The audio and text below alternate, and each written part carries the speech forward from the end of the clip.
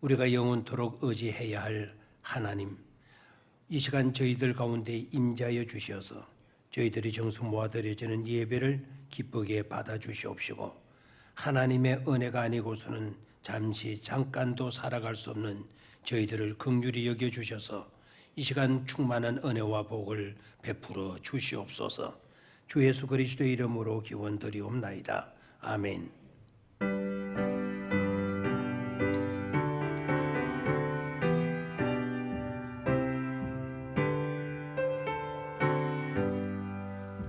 주 예수 이름 높이어다. 곤멸유관을 들여서 만유의 주 찬양. 곤멸유관을 들여서 만유의 주 찬양. 주 예수 당한 고난을 못 잊을 죄인함. 네 귀한 보배 바쳐서 만유의 주 찬양. 내 귀한 보배 바쳐서 만유의 주 찬양. 이 지구 위에 거하는 온 세상 사람들, 그 크신 위엄 높여서 만유의 주 찬양. 그 크신 위엄 높여서 만유의 주 찬양. 주 믿는 성도 다 함께 주 앞에 엎드려 무궁한 노래 불러서 만유의 주 찬양. 무궁한 노래다 만유의 주 찬양. 아멘. 성시교독 43번을 교독하도록 하겠습니다. 성시교독 43번 시편 99편 되겠습니다. 성시교독 제43번 교독하겠습니다. 여호와께서 다스리시니 만민이 떨 것이요,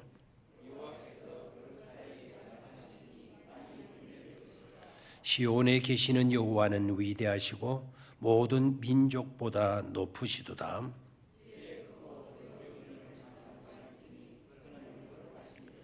능력 있는 왕은 정의를 사랑하느니라. 주께서 공의를 견고하게 세우시고 너희는 여호와 우리 하나님을 높여 그의 발등상 앞에서 경배할지어다.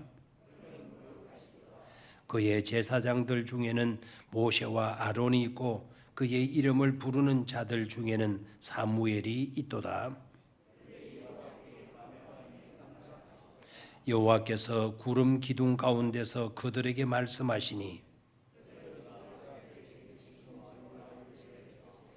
여호와 우리 하나님이여, 주께서는 그들에게 응답하셨고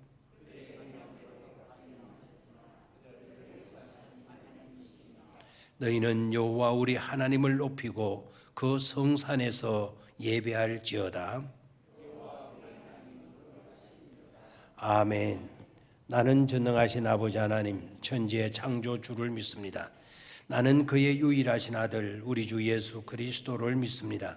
그는 성령으로 잉태되어 동정녀 마리아에게서 나시고 본디오 빌라도에게 고난을 받아 십자가에 못 박혀 죽으시고 장사된 지 사흘 만에 죽은 자 가운데서 다시 살아나셨으며 하늘에 오르시어 전능하신 아버지 하나님 우편에 앉아 계시다가 거기로부터 살아있는 자와 죽은 자를 심판하러 오십니다. 나는 성령을 믿으며 거룩한 공교회와 성도의 교제와 죄를 용서받는 것과 몸의 부활과 영생을 믿습니다. 아멘.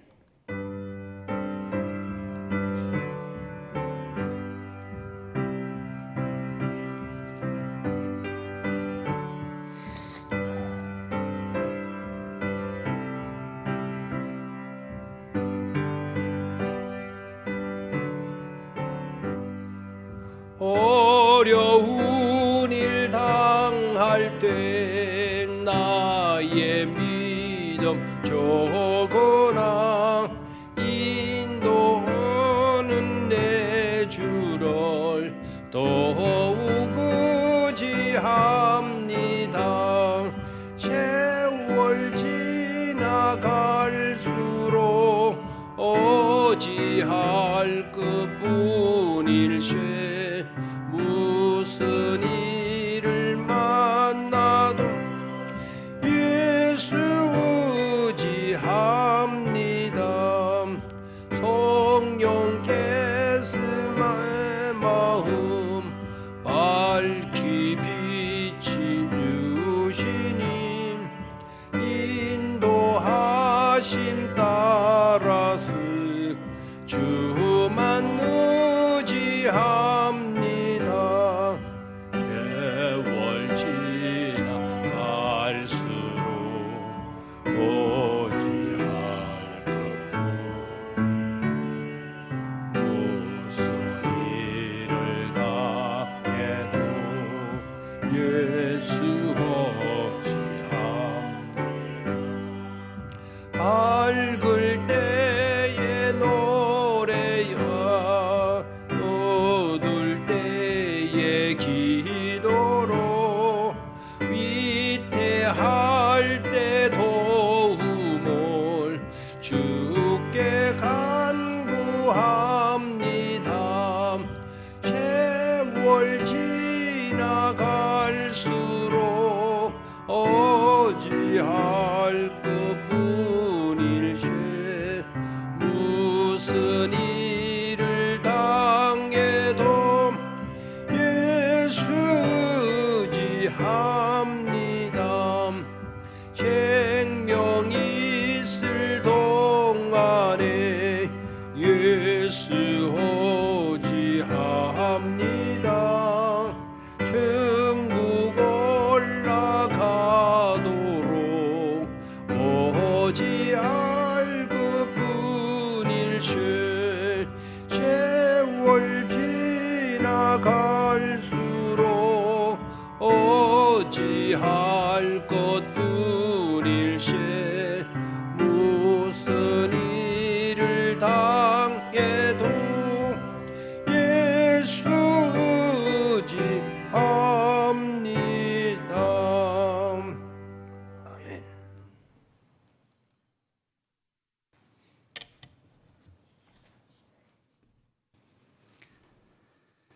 하나님 아버지 감사드립니다. 때를 따라 실록이 무성한 계절을 주시고 복된 주일 하나님께 찬양하며 예배를 드림으로 인하여 세상 풍파 속에서 지치고 고난한 심령이 소성케 되고 참 평안함과 안식을 주심에 더욱 감사드립니다. 장마와 폭우, 코로나19로 인하여 고통과 아픔의 그 상처들 속에서 살아가고 있는 우리들에게 긍휼을 베풀어 주시고 하루속히 이 환난에서 평안함을 허락해 주시옵소서. 혼돈과 무질서, 소수자의 인권 보호라는 명분으로 행해지는 극단적인 이기주의와 세상 명예, 불의와 타협하면서 말씀의 본질이 파괴되고 소돔 땅과 같이 멸망의 길로 빠져가는 이 시대에 다시금 하나님의 말씀이 회복되고 깨어 기도하는 믿음의 실천자들이 다 되기를 원합니다. 국정을 이끌어가는 대통령과 위정자들에게 지혜와 명철을 다하여 주시고 급변하는 세계 정세 가운데서 당리당략 위주가 아닌 국가의 기강과 비전을 바로 세워가며 이 백성들의 부르짖음에 귀 기울일 수 있는 열린 마음과 겸손을 다하여 주시옵소서. 또한 위정자들을 위하여 먼저 우리들이 하나님 앞에 엎드려 간구하는 기도의 중보자들이 다 되기를 원합니다. 철권 통치 아래에서 고통받는 북한 땅, 저들의 탄식과 눈물, 간절한 부르짖음을 외면하지 마옵시고 김정은 정권의 헛되고 무모한 생각들이 깨뜨려지고 평화와 찬양이 넘쳐나는 이 나라가 될 수 있도록 전능하신 하나님 앞에 무릎 꿇고 간구하는 이 백성들이 되기를 소원합니다. 여름 성경학교와 수련회를 지도하시는 교육자들과 교사들에게 건강의 은총을 다해 주시고 먼저 말씀의 은혜를 받고 그 말씀이 바탕이 되어서 기도와 사랑으로 잘 양육할 수 있도록 지혜와 명철을 풍성하게 내려주시옵소서. 우리의 축복된 자녀들이 세상 학문과 지식보다도 먼저 하나님을 바로 알고 주님과 소통하며 참된 평안함을 누리고 언제 어디서나 주님과 동행하는 삶을 살 수 있도록 성령님께서 항상 바른 길로 인도해 주시옵소서. 가난한 자, 병든 자, 다문화 가족, 소외된 이웃을 향하여 주님께 받은 그 사랑의 손길을 펼침으로써 우리들의 선한 그 행실을 보고 믿지 않는 자들이 주님 앞에서 함께 찬양과 감사가 넘치는 아름다운 교제가 이루어지는 우리 교회가 되기를 소원합니다. 말씀을 전하실 목사님을 성령님께서 붙들어 주시고 하나님 앞에 설 때까지 눈이 흐리지 않고 기력이 쇠하지 않도록 목회를 계획하며 행하실 때마다 지켜 인도해 주시옵소서. 기도로 말씀을 묵상하실 때 깊은 영성을 다하여 주시고 선포되는 그 말씀을 듣고 은혜를 받아서 행할 수 있는 믿음의 선한 청지기들이 다 되기를 원합니다. 주님의 몸된 교회 위에 헌신 봉사하는 손길들 위에 주님 주시는 평안과 기쁨, 건강의 은총을 다하여 주시고 언제나 우리와 함께 해주시는 예수 그리스도의 이름으로 기도드립니다. 아멘.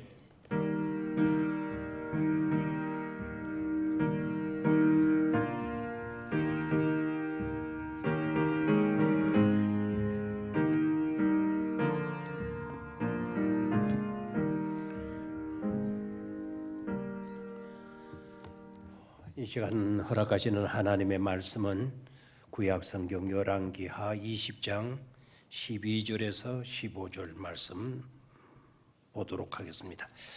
하나님의 말씀은 열왕기하 제20장 12절에서 15절의 말씀입니다. 이 말씀을 한 절씩 교독을 하도록 하겠습니다. 구약성경 598조, 구약성경 598조 교독합니다. 그때에 발라단의 아들 바벨론의 왕 브로닷 발라단이 히스기야가 병 들었다 함을 듣고 편지와 예물을 그에게 보낸지라.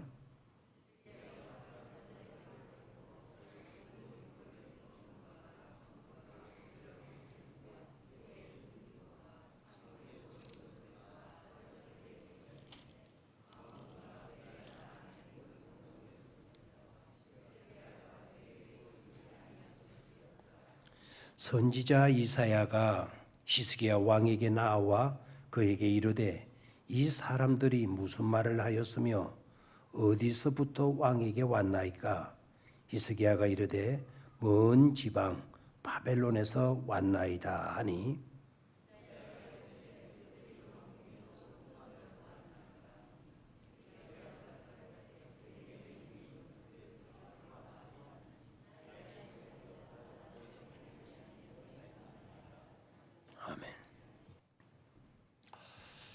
어느 분이 긴 장문의 편지를 보냈습니다. 무려 편지지 10장 빽빽히 사연을 적어가지고 여러 사람들에게 보냈습니다. 그리고 편지 봉투에다가 이런 글귀를 써놓았습니다. 이 편지를 정성스럽게 끝까지 다 읽게 되면 반드시 죽습니다 라고 하는 경고의 문구까지 넣고는 편지를 보냈습니다. 그랬다면 그 편지를 받은 사람들, 그런 경고의 문구가 들어있고 하니까 안 읽어야 되잖아요. 그런데 모르는 사람이 이런 편지를 보내왔고 또 경고 문구까지 이렇게 기록했으니까 더욱더 이상한 겁니다. 호기심이 가는 거죠. 그래서 읽습니다. 처음부터 끝까지 세밀하게 읽어가는데 정말 놀라운 거는 그 경고의 문구대로 그 편지를 읽은 사람들은 다 죽어버린 겁니다. 세상에 이럴 수가 있습니까? 그래서 연구를 조사를 해보았더니 그 편지의 내용이 뭐 협박이나 위험이나 이런 것도 아니고 공포를 조장하거나 두려움을 조장하는 그런 내용도 전혀 아닌 겁니다. 그런데 사람들은 이 편지를 읽고 죽은 거예요. 그래서 연구해보고 조사해봤더니 그 편지에는 쉼표가 없었다 그래요. 숨을 안 쉬면 죽죠. 쉼이 있어야 되는 것 아닙니까? 휴가가 시작이 되었다고 그러네요. 자동차도 그저께부터인가 좀 빠른 부서에는 수요일부터 휴가가 시작이 되었다는 겁니다. 열심히 일하는 것도 중요하지만 이따금씩 우리가 쉼을 가지는 것도 굉장히 중요하잖아요. 여세 동안 부지런히 일을 하고 일회째 되어지는 날 하나님도 휴식을 하셔서요. 하나님이 필요한 쉼을 가지기 위해서가 아니죠. 우리 모두가 그렇게 살라고 쉼을 가지면서 살아야 한다라고 하는 중요한 메시지를 그 속에 주신 줄로 믿습니다. 예수님께서도 그런 메시지를 주셨어요. 수고하고 무거운 짐진 자들아 다 내게로 오라 내가 너희를 뭐하게 하리라 쉬게 하리라. 진정한 쉼을 예수님께서 우리에게 주신다고 말씀을 하셨어요. 산다는 그 자체가 고역이니까 고된 노동과도 같은 것이니까 참된 쉼이 필요한 것이고 그 참된 쉼은 예수님만 주실 수 있는 것이기 때문에 수고하고 무거운 짐진 자들아 다 내게로 오라고 말씀을 하신 줄로 믿습니다. 휴가철 진정한 쉼을 추구하는 그런 복된 휴가철이 되어지기를 바랍니다. 사도 바울은 이런 고백을 해서 이런 간증을 했어요. 나는 모든 일, 곧 배부름과 배고픔과 풍부와 궁핍에도 잘 줄 아는 일체의 비결을 배웠다고. 일체의 비결을 배웠다고 사도 바울은 고백하고 간증을 했습니다. 참 자랑스럽기도 하고 한편으로는 참 부럽기도 한 삶을 산 분이시다라는 것을 깨닫게 돼요.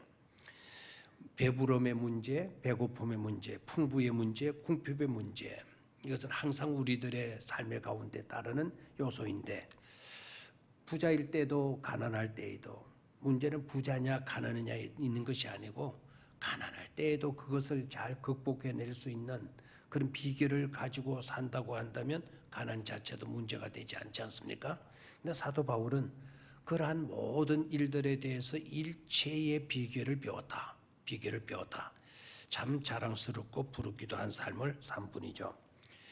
비결이라는 게 바로 뭡니까? 비결이라고 하는 것은 남들이 잘 모르는 것을 자기만 알고 그 문제를 척척 풀어갈 수 있는 방법들, 기술들, 그걸 가르쳐서 우리는 비결이라고 말을 하게 되죠.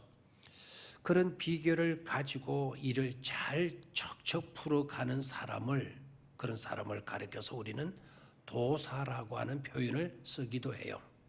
도사 그러니까 꼭 중들의 세계 속에서 사용하는 불교의 용어인 것처럼 느껴지기도 하죠. 또 한편으로는 유교 옛날 선비들 신화 읊고 많은 학식들을 가지고 물으면 척척 대답해주는 만물박사와 같은 사람들, 그런 사람들이 쓰는 용어인 걸로만 생각하면 안 돼요. 우리 기독교에서도 도사라는 말을 써야 안 써요? 씁니까? 잘 이해가 안 가요. 그들랑 전도사가 있잖아요. 또 우리도 도사라고 하는 용어를 쓰고 있어요. 불교의 용어니까 도사라는 말 쓰면 안 돼. 그렇습니까? 자, 연꽃 예뻐요, 안 예뻐요? 연꽃 좋아해요, 안 좋아해요? 좋아한다고 나오네요. 기독교인들에게 연꽃 좋아하냐? 그럼 아이 불교꽃 그거 싫어요. 아이 나 연꽃 싫어요. 이럽니다. 하나님이 그 연꽃을 불교인들을 위해서 그 연꽃을 만들었을까요? 아닙니다. 불교인들이 특별히 그 꽃을 좋아해가지고 저그 꽃으로 저그가 삼은 것이죠. 하나님은 연꽃도 우리 모두를 위해서 창조하신 것 아닙니까? 그렇죠? 근데 연꽃도 좋아할 수 있어야 돼요. 연꽃은 특별히 다른 꽃들 다 예쁘지만 그 찡그른 텅에 썩은 물 속에 진흙 속에 뿌리를 내려가지고 그 땅을 정화를 시킬 뿐만 아니라 그 더러운 곳에서 뿌리 내려가지고 아름다운 꽃을 피워내는 것이 바로 뭡니까? 연꽃이지 않습니까? 그렇죠? 불교의 꽃이라서 나는 싫어. 막 연꽃만 보면 나는 머리가 아파. 그럼 굉장히 믿음이 좋은 사람인 것처럼 착각해서는 안 돼요. 여러분 칼 좋아요? 나빠요? 칼을 쓰면 돼요? 안 돼요? 빨리 대답하세요. 칼을 쓰면 돼요? 안 돼요? 특히 부엌칼 쓰면 돼요? 안 돼요? 강도들이 부엌칼을 들고 들어와서 사람들을 찔러 죽이고 있던 것을 빼앗아 가고 해요.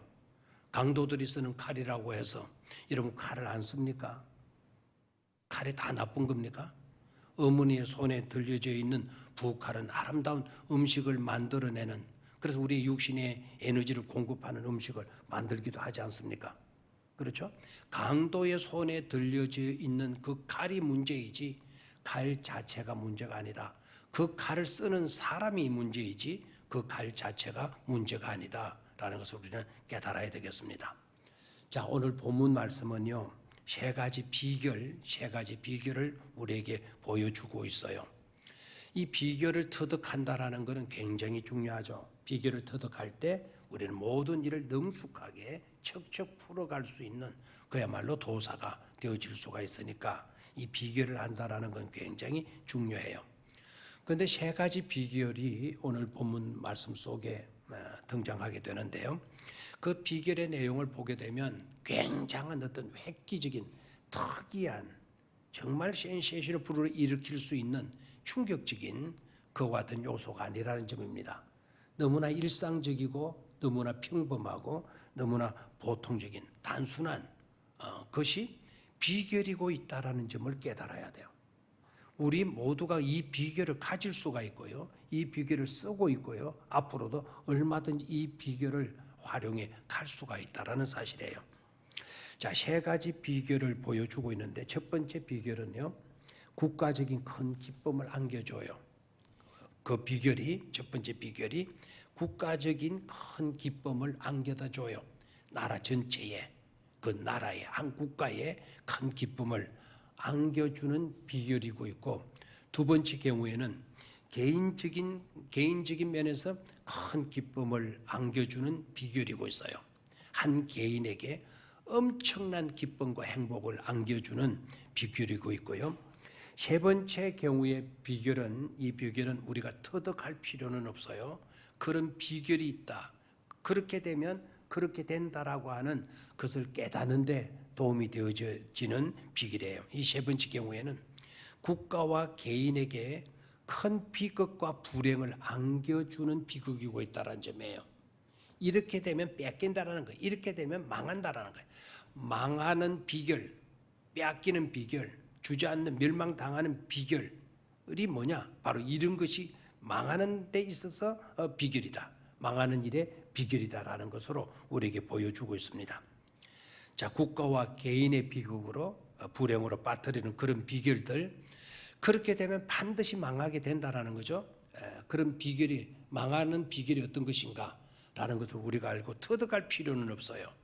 그렇게 되면 망한다라는 그 비결을 우리가 깨닫고 그런 짓은 하지 말아야 되겠죠. 자, 그러면 세 가지 비결들을 하나씩 살펴보도록 하겠어요. 첫 번째 비결은요, 외적인 난제를 극복하는 비결이에요. 다시 한번, 외적인 난제를 극복하는 비결. 바깥으로부터 주어지는 어려움의 문제를 해결하는, 극복하는 비결에 대해서 말씀해 주고 있습니다. 자, 주보에서는요, 주보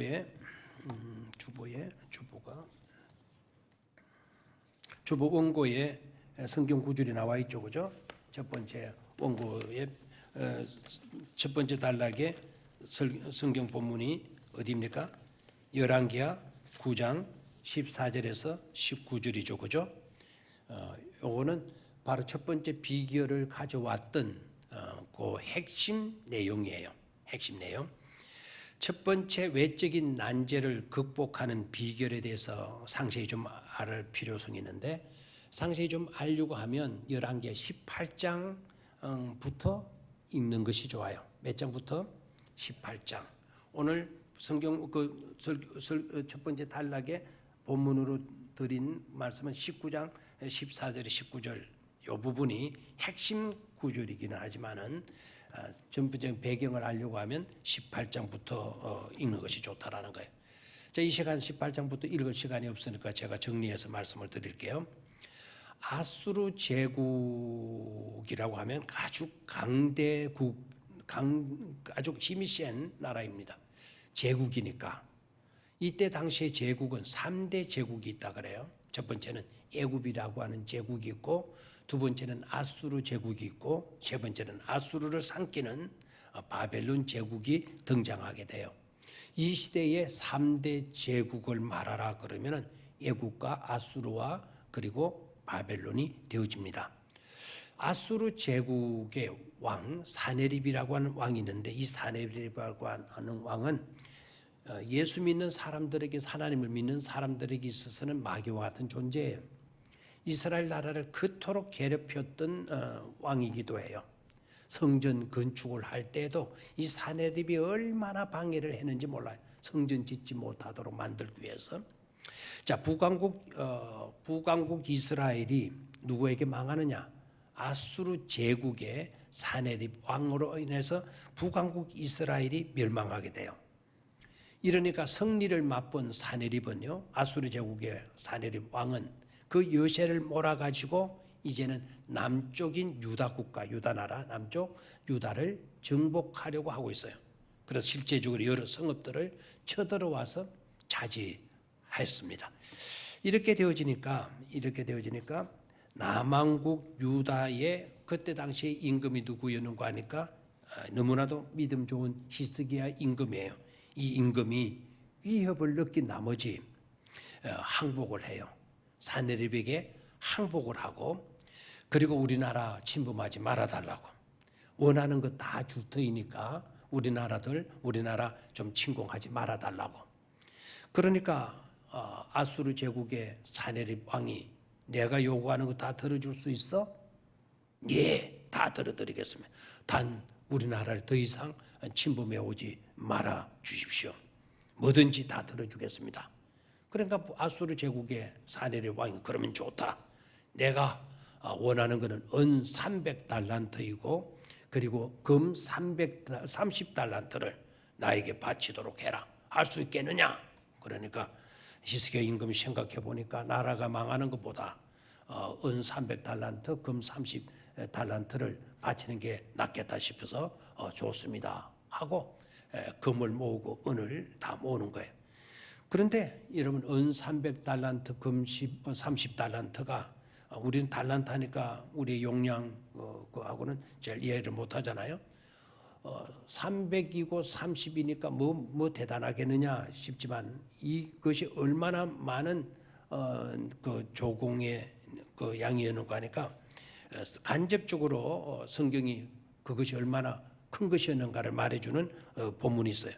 열왕기하 18장 13절에서 16절 말씀을 보면 그 액수가 얼마나 컸던지 히스기야 임금이 그 은을 모으고 금을 모으기 위해서 성전에도 곳간이 있는데 성전 금고에 있는 금도 은도 다 끄집어내고, 그리고 왕궁에도 왕실에서 쓸 수 있는 금과 은이 있는데 왕실에 있는 은과 금을 다 끌어내고, 그것 가지고도 모자랐던지 성에는 기둥들이 있어요. 성에는 기둥들이 있고 성전에도 이렇게 기둥들이 있거든요.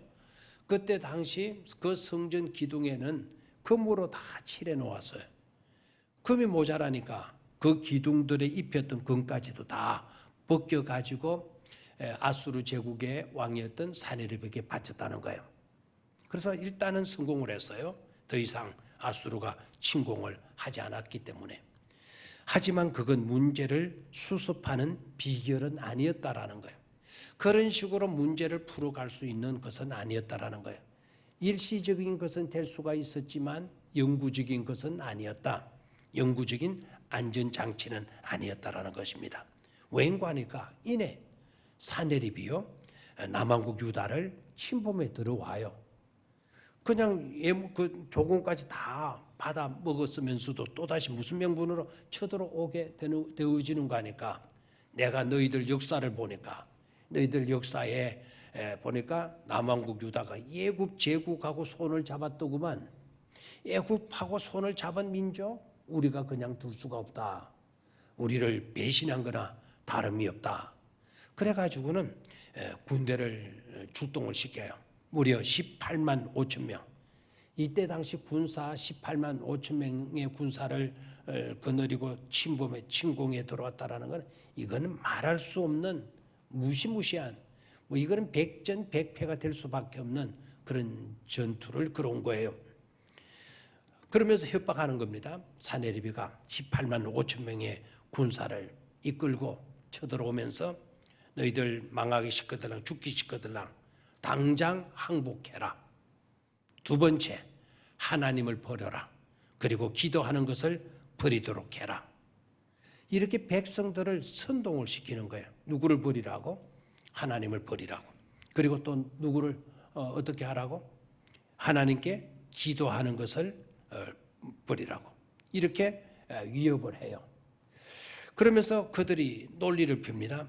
왜 너희들이 하나님을 너희들이 믿는 신을 버리고 너희들이 믿는 신에게 기도하는 것을 못하게 하는가 하니까 지금까지 우리가 여러 나라들을 침공해서 정복했는데 그때마다 보는 게 있었다.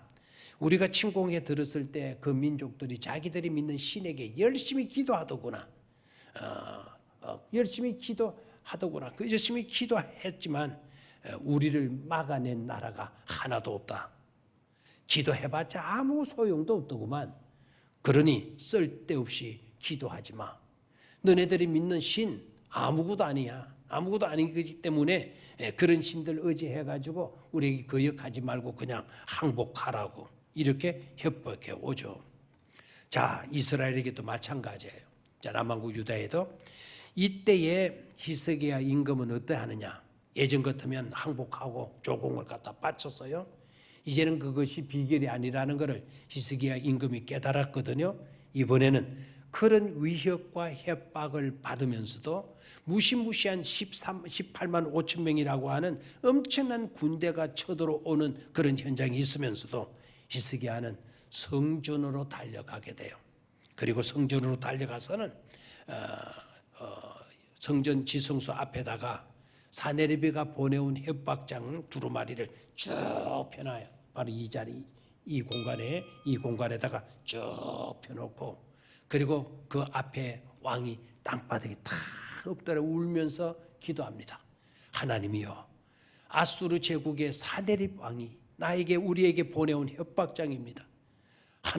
하나님이 직접 읽어보시고 이 문제를 처리해달라고 하나님께 울부짖어 기도한 것입니다. 자, 여기에서 여러분 생각해 봐야 돼요. 왜 히스기야 임금은 저들이 위협하고 협박해 왔는데도 불구하고 어떻게 성전으로 달려갔었나요? 그리고 하나님 앞에 엎드려 눈물로 기도하게 되어졌을까요?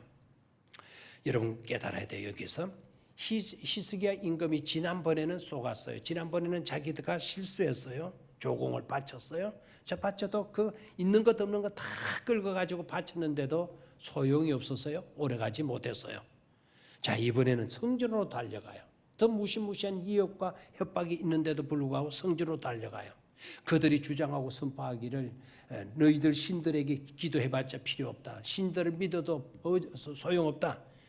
그러니 차라리 항복해라. 우리에게 항복해라. 그러면 살려주겠다. 이런 협박이 있었음에도 불구하고 히스기야 임금은 왜 성전으로 가서 엎드려 눈물로 기도했을까요? 그래서 깨달아야 돼요.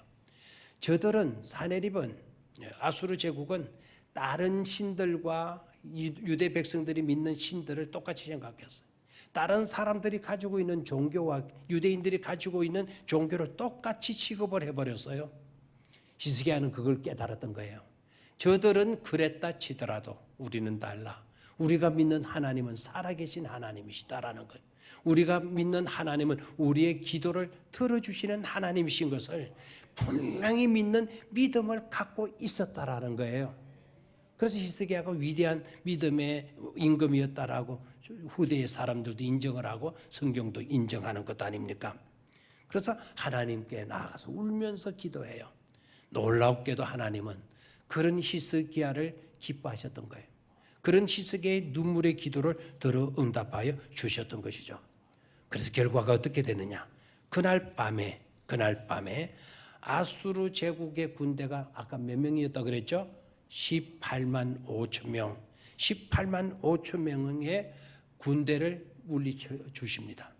누가 와서 물리치느냐? 그날 밤에 하나님의 사자들이 와서, 하나님의 천사들, 하나님이 뿌리는 천사들이 와, 사자들이 와서 아수르 제국의 사네리방의 군대 18만 5천 명을 모조리 몰살시키는 놀라운 역사가 일어나게 되죠. 그리고 예루살렘 성전을 지켜주셔요. 그 내용이 바로 열왕기하 19장 20절에서 37에 실제로 나와요. 이것이 이튿날 빅뉴스가 되죠. 새벽이 밝아오자마자 온통 매스컴이 막 난리를 했겠죠. 지금 같으면 더 난리했지 않겠습니까? 막 텔레비전에 자막에 특보 해가지고 막 이렇게 막 나왔을 거예요. 히스기야 왕, 아수르 제국 사네립 왕을 쳐부수다. 막 이런 타이틀을 가지고 막 뉴스들이 쏟아져 나왔겠죠. 작은 나라 유다가 제국인 아수르 군대를 완전히 쳐부수었다고, 그것도 기도로 쳐부수었다고 막 이런 뉴스들이 쏟아져 나왔을 것입니다. 전 세계적으로 이런 내용으로 그 승리의 소식이 타전이 되어져 갔을 것입니다. 자, 여기서 우리는 깨달을 수가 있죠. 외적인 난제를 극복하는 비결은 어디에 있었다? 기도에 있었다라는 거예요. 어리석게 보였던 것이, 아무 소용이 없어 보였던 것이, 불러도 외쳐도 소용없다고 주장하던 바벨론 사람들의, 아수르 사람들의 주장 같은 것이라 할지라도, 그런데 그 기도가 오히려 가장 좋은 비결이 되어졌다라는 거예요. 벌써부터 가장 좋은 비결은 무엇이고 있었다? 기도이고 있었다라는 것을 오늘 이 본문은 우리에게 말씀해 주고 있는 줄로 믿습니다. 평범하게 들어왔던 그 기도, 늘 일상적으로 쉽게 들어왔던 그 기도, 우습게 여기지 않게 되기를 축원합니다. 가장 좋은 비결은 뭐였다? 기도였다라는 거죠. 자, 두 번째, 아수르 왕 사네립의 침공을 기도로 막아낸 히스기야는 안타깝게도 이제는 병들어 죽게 되어집니다. 그래서 내적인 난제에 부딪히게 되어집니다. 외적인 난제를 훌륭하게 풀어내는 왕이었는데 이제는 심각한 내적인 난제에 부딪히게 된 것입니다. 외적인 문제도 문제이거니와 내적인 문제도 심각한 문제가 아닐 수가 없었죠. 공동체적인 아픔도 절망적이지만 사적으로 겪게 되는 아픔도 역시 마찬가지였습니다. 예전 같았으면 히스기야 임금은 이제 외적인 난제에 부딪혔을 때도 그랬던 것처럼 내적인 난제에 부딪히게 되어졌을 때 예전 같았으면 역시 성전으로 달려갔겠죠. 그런데 안타깝게도 이젠 히스기야 왕은 성전으로 달려갈 수도 없어요. 없게 되었어요. 왜 그렇죠? 병들었기 때문이에요. 꼼짝달싹 할 수 없는, 사지를 움직일 수 없는 그런 병에 걸렸기 때문이죠. 이제 할 수 있는 일이란 한 가지밖에 없다고 선지자도 이야기를 했고요. 선지자가 이야기했다라는 것은 하나님이 그렇게 말씀하셨던 것 아니겠어요?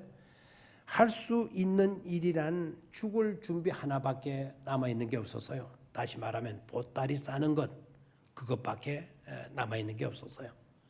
선지자도 그렇게 알고 있었고 백성들도 자신도 우리 모두가 그런 줄로 알고 있었어요. 그런데 그렇지 않고 히스기야 임금에게는 여전히 해야 할 일이 남아 있었어요. 아니 할 수 있는 일만큼은 히스기야 임금에게 남아 있었던 것입니다. 그에게 남아 있는 일이라는 게 뭡니까?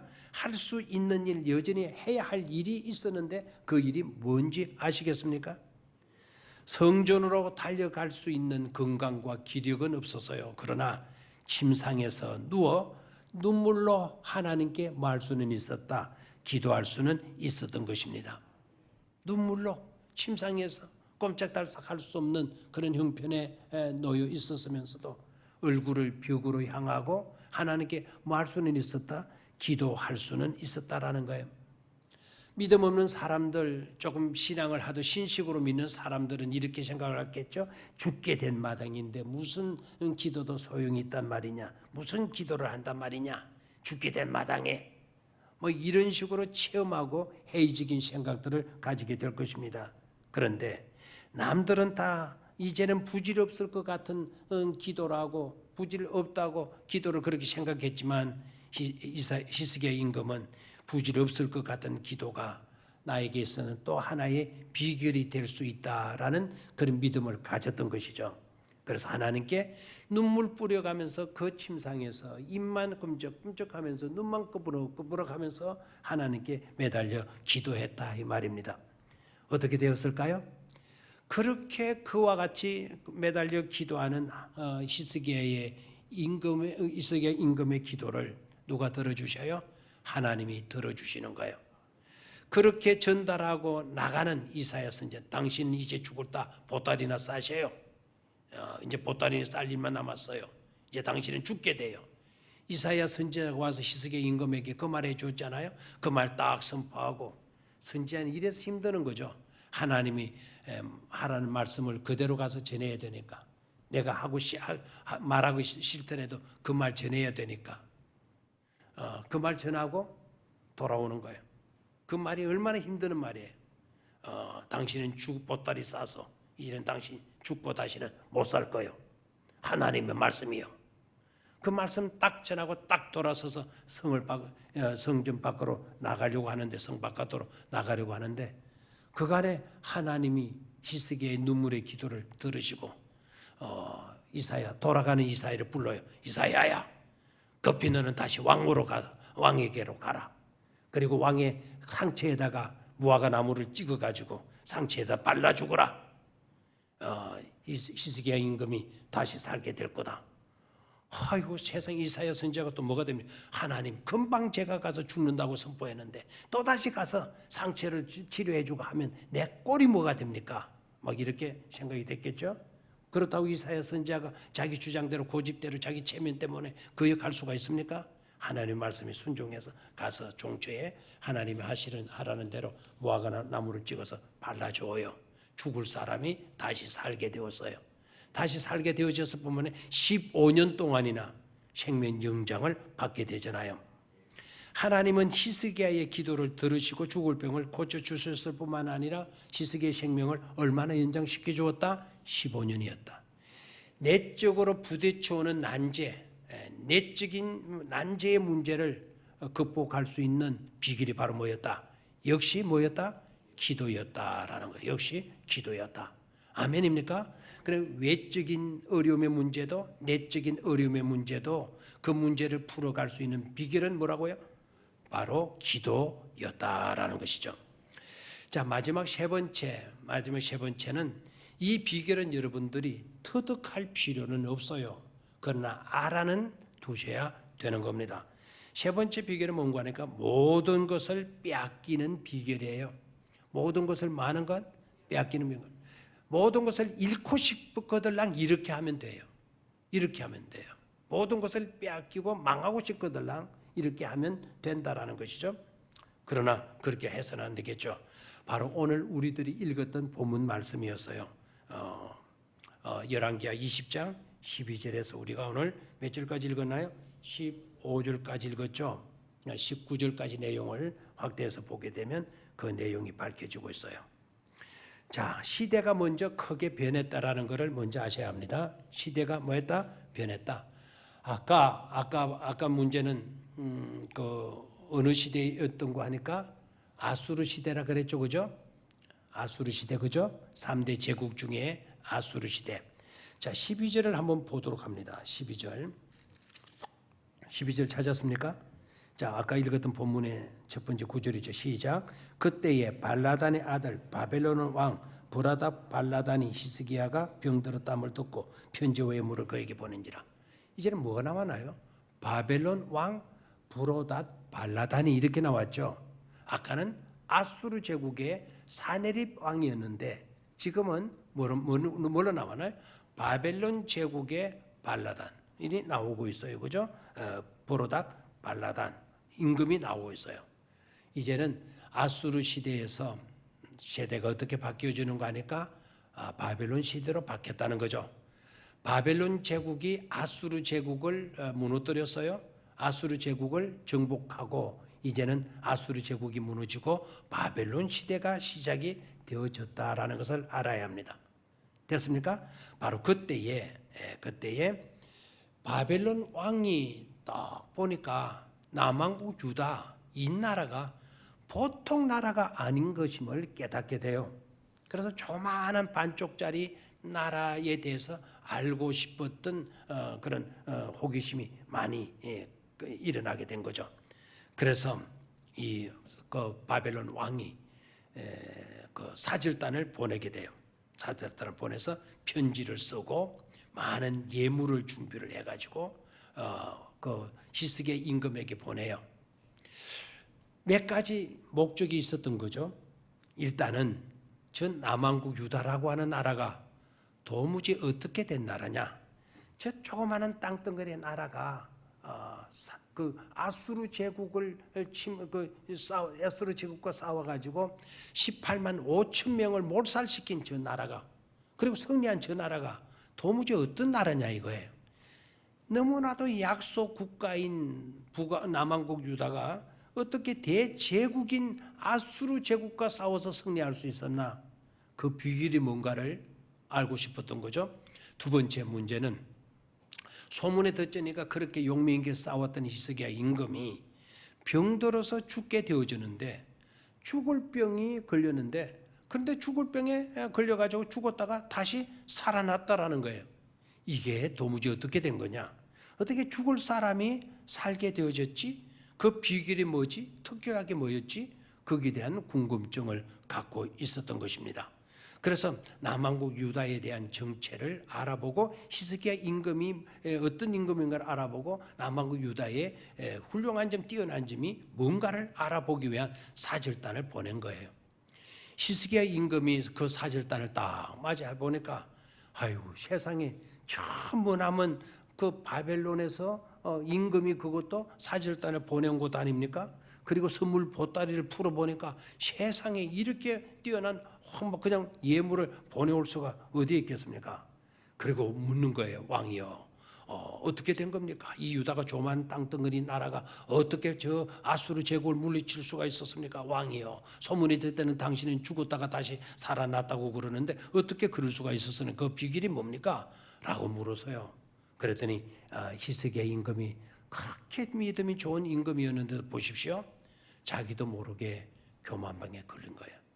자기도 모르게 우쭐거림에 사로잡히게 된 거예요. 히스기야 임금 같은 지혜롭고 믿음 좋은 임금인데도 우쭐거림이 있는 거예요. 사람들이 그것도 바벨론 제국 왕이 보낸 사절단을 맞이하다 보니까 자기도 모르게 우쭐거림이 있었던 거예요.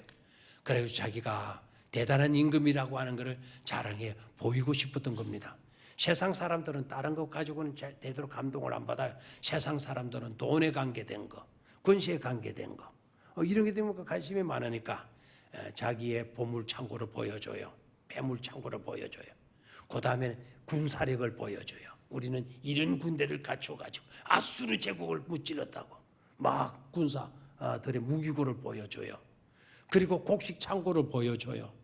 그걸 자랑하는 거예요. 얼마나 사람이 교만에 빠지게 되면 어리석은지를 여러분 생각해 보셔야 돼요. 바벨론 제국입니다. 바벨론 제국의 왕실의 금고가 폐물된 창고가 뭐 이스라엘 남왕국 유다의 창고에 비교되겠습니까? 뭐 앞에 뭐 하는 것으로 막 이것은 대단한 것이라고 자랑을 했는데 바벨론 제국의 군사들 그 비교해서 이스라엘의 군사들 무기고 그 보여봤자 자랑거리가 될 수 없는데도 불구하고 왕은 이것이 막 자랑거리로 여겨지는 거예요. 대단한 것으로 여겨지는 거예요. 그게 바로 뭐냐? 패망으로 가게 되는, 모든 것을 빼앗기게 되는 비결이고 있다라는 거예요. 그렇게 되면 반드시 망하게 된다라는 겁니다. 이 사절단들이 돌아갔죠. 그 모든 것을 딱 알고 돌아갔어요. 돌아가는 그 순간에 누가 히스기야 임금을 찾아오는 거 아니까 이사야 선지자가 찾아오게 되는 거예요. 왕이여, 그들이 와서 무엇을 보았습니까? 그들이 와서 무엇을 보았습니까? 그 사절단이 와서 무엇을 보았습니까? 무엇을 보았습니까? 그럴 때마다 히스기야 임금이 내 보물 창고를 보여줬지. 우리나라의 무기고를 보여줬지. 우리나라의 양식 창고를 보여줬지. 왕이여, 그들이 와서 무엇을 보고 갔습니까? 그럴 때마다 히스기야는 이런 것 보고 갔다고 대답해 주죠. 이사야가 뭐라 그럽니까? 왕이여, 당신의 시대는 끝났습니다. 이 나라도 끝났습니다. 당신의 후손들은 바벨론으로 끌려가게 되어질 것이고 이 나라는 망하게 되었습니다. 아주 비극의 말을 이사야가 전달해 주지 않았습니까? 그 예언대로 남왕국 유다도, 북왕국 이스라엘은 아수르 제국에 무너졌지만 남왕국 유다는 바벨론 제국에 무너지게 된 겁니다. 모든 것을 빼앗기게 되는 비결 바로 뭐였느냐라는 거예요. 보여야 될 것은 보이지 않고 보여주지 말아야 될 것을 보여준 거예요. 보여주지 말아야 될 것이 바로 뭡니까? 그런 폐물 창고예요. 무기고예요. 창고예요. 곡식 창고예요. 이런 것들은 보여줘서는 안 되는 거예요. 보여줘야 할 것이 바로 뭐였습니까? 그들이 와서 진정 보고 갔어야 될 것이 바로 뭐였습니까? 하나님께 기도한 기도의 자리 아니겠어요? 우리가 바벨론 제국을 아수르 제국을 무찌를 수 있었던 것은 바로 이 자리 때문이요. 이 자리가 무슨 자리요? 하나님께 부르짖어 기도했던 자리였어. 하나님이 여기에서 드려진 기도를 들으시고 하나님이 하나님의 사자를 보내시어서 18만 5천 명의 아수르 제국의 군사를 박멸시켰던 것이요. 그리고 당신은 어떻게 나을 수가 있었나요? 제가 병상에서 할 수 있는 일이라는 것은 기도밖에 없었어요. 하나님께 기도했더니 하나님께서 내 기도를 들어주셔서 죽을 병에서 나를 다시 살려주신 거요. 뭐를 보여주셨어야 돼요? 하나님께 기도하던 자리를 보여주고 하나님께 기도했더니 하나님이 나를 이렇게 살려주었다고 하나님을 보여주셨어야 돼요. 살아계신 그 하나님을 보여주셨으면 히스기야가 그리고 이스라엘 나라가 남하고 유다가 망하지를 않았을 것이다 이 말입니다. 아멘입니까? 그래서 오늘 세 가지 비결을 잘 명심하십시오. 외적인 문제를 극복할 수 있는 비결도 뭐였다? 기도였다. 내적인 부딪히는 문제를 해결할 수 있는 비결도 뭐였다? 역시 기도였다. 나라를 빼앗기게 되고 나라가 망하게 되고 후손들이 포로로 끌려가게 되는 비극을 초래한 비결도 바로 뭐였다? 뭐였다? 교만이었다라는. 기도가 아닌 뭐라고요? 교만이었다. 오히려 바벨론 제국이 와가지고 기도하는 자리를 보고 또 역사하시는 하나님을 보고 돌아갔다면 그들도 하나님을 믿는 나라가 되어졌을 것이고 유다를 감히 침공에 들어오지를 못했을 줄로 믿습니다. 제대로 된 비결, 그 비결을 잘 터득하시고 제대로 된 믿음의 삶을 살아가는 축복된 성도들이 다 되시기를 주의 이름으로 축원합니다. 하나님 아버지, 그들이 와서 무엇을 보고 갔습니까? 우리들에게 있어서도 우리가 무엇을 보여주어야 되겠습니까? 우리 교회가 세상 사람들에게 무엇을 보여주어야 되겠습니까? 세상 것들이 아닌 줄로 믿습니다. 건물이 아닌 줄로 믿습니다. 어떤 장비와 장치가 아닌 것임을 믿습니다. 우리의 기도가 무기고 우리가 하나님께 드리는 예배가 가장 큰 비결인 것임을 그들에게 보여주어야 될 줄로 믿습니다. 확실한 그런 믿음으로 승리하는 우리 성도님들 꼭 되게 하여 주시옵소서. 주 예수 그리스도의 이름으로 기도드리옵나이다. 아멘.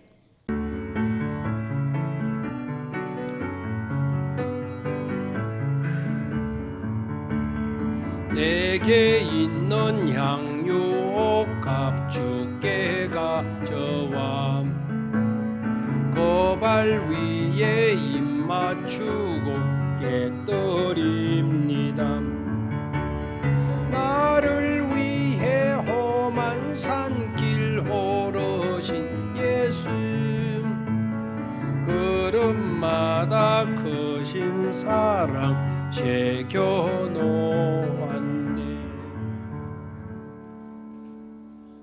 은혜가 충만하신 아버지 하나님, 장마와 무더위 속에서도 지난 한 주일 동안 저희들을 지켜주시고 이 거룩하고 복된 날 주님 앞에 나올 수 있는 믿음과 건강과 시간과 모든 여건을 마련해 주시니 너무나도 감사를 드립니다. 우리가 이 성전에서 예배하고 기도하는 것이 우리의 삶을 승리로 이끄는 놀라운 비결임을 잊지 않게 하여 주시옵소서. 우리가 가장 강력하게 되어질 때가 바로 이때인 것임을 깨닫고 더욱더 세상 것에 매이지 않고 물질적인 것에 매이지 않고 외적인 것에 매이지 않고 바른 믿음과 내적인 신앙으로 대처하며 살 수 있는 우리가 꼭 되게 하여 주시옵소서. 어려움 속에서도 그 정성의 예물을 준비하여 하나님께 드린 심령들, 그 손길들 일일이 하나님 기억하시고 더해진 것보다 더 크신 축복이 우리 성도님들의 삶 가운데 늘 지속적으로 나타날 수 있게 하여 주옵소서. 복을 받게도 하시고 복을 누릴 수도 있게 하여 주시옵소서. 영혼이 잘되고 범사도 잘되고 강건함의 축복이 늘 따르는 삶이 되게 하여 주시옵소서. 주 예수 그리스도의 이름으로 감사하며 기도드리옵나이다. 아멘.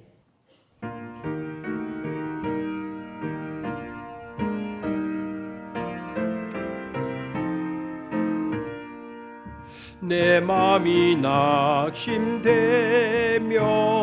근심에 눌릴 때 주께서 내게 오사 위로해 주시네. 가는 길 캄캄하고 괴로움 많으나 주께서 함께하며 내 짐을 지시네. 그네가 내게 족하네. 그네가 족하네. 이 괴로운 세상 지날 때 그네가 족하네. 희망이 사라지고 친구 날 버릴 때 주 내게 속삭이며 내 힘을 주시니 싸움이 명렬하여 두려워할 때에 승리의 왕이 되신 주 음성 돌리네. 그네가 내게 족하네. 그네가 족하네. 이 괴로운 세상 지날 때 그네가 족하네. 번민이 가득 차고 눈물이 흐를 때 주 나의 곁에 오사 위로해 주시네.